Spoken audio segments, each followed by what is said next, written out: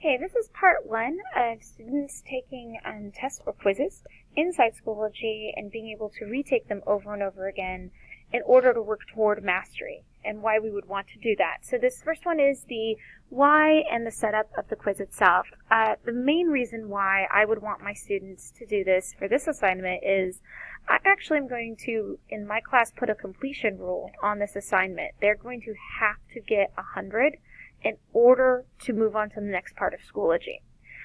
So I'm going to go ahead and show you where I'm doing that. So inside my quiz, by the way, they have to be questions that the computer can grade. Like the computer can grade multiple choice, true, false, things like that. I couldn't do this with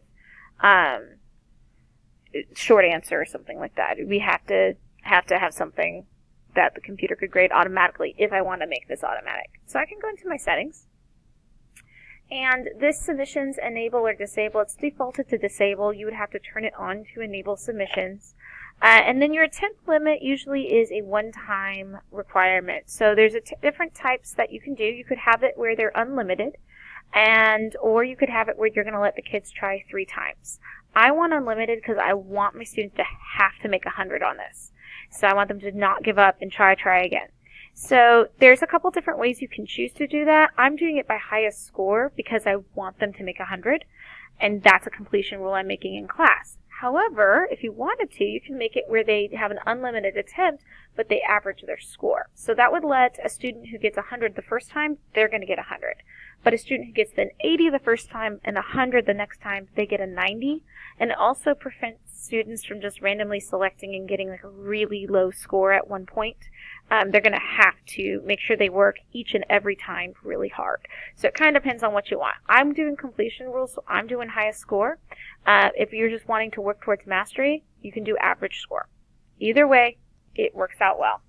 Okay, I am choosing to make things resumable just because if a student doesn't complete a submission, they accidentally submitted or something, I want them to be able to get that. I also like for my students to review submissions, especially if they're doing it on their devices, because they can accidentally press the submit button really easily. So if I put on question review, it's a safeguard so they don't accidentally press submit before they're ready. Okay.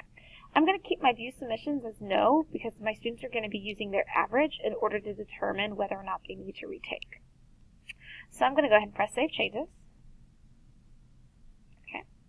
In the quiz itself, on the cog, I need to make sure that I have this as a graded assignment. So I'm picking daily. If you do not see this daily, all you have to do is press Create New Grading Category, and you will type in daily right there, and you'll press Enter, and that'll create a new grading category. Since I already have it, I'm just going to press daily. Okay, and press Save Changes. So now when my student goes in and takes this quiz, she's going to be able to take it over and over again until she gets 100, but it's not going to tell her what the right answers are.